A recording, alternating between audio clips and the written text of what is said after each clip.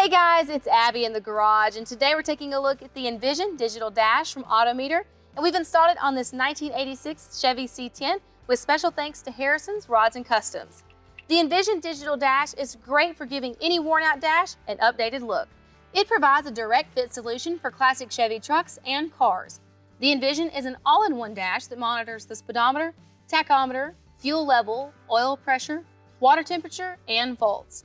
The dash also features an adjustable RPM range of 8,000 or 10,000 and displays in imperial and metric measurements.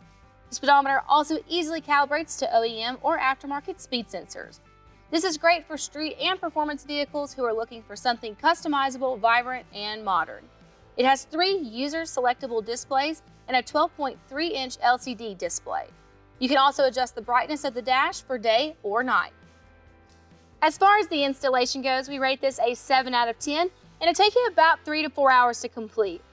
The biggest thing here is definitely the wiring, so if that's something you're not super comfortable with, check out our dealer locator below to find someone in your area to help you out.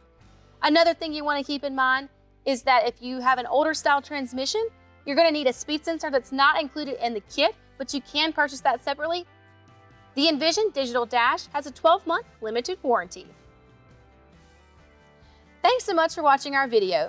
Today we took a look at the Envision digital dash from AutoMeter. If you have any questions or comments, be sure to leave those below.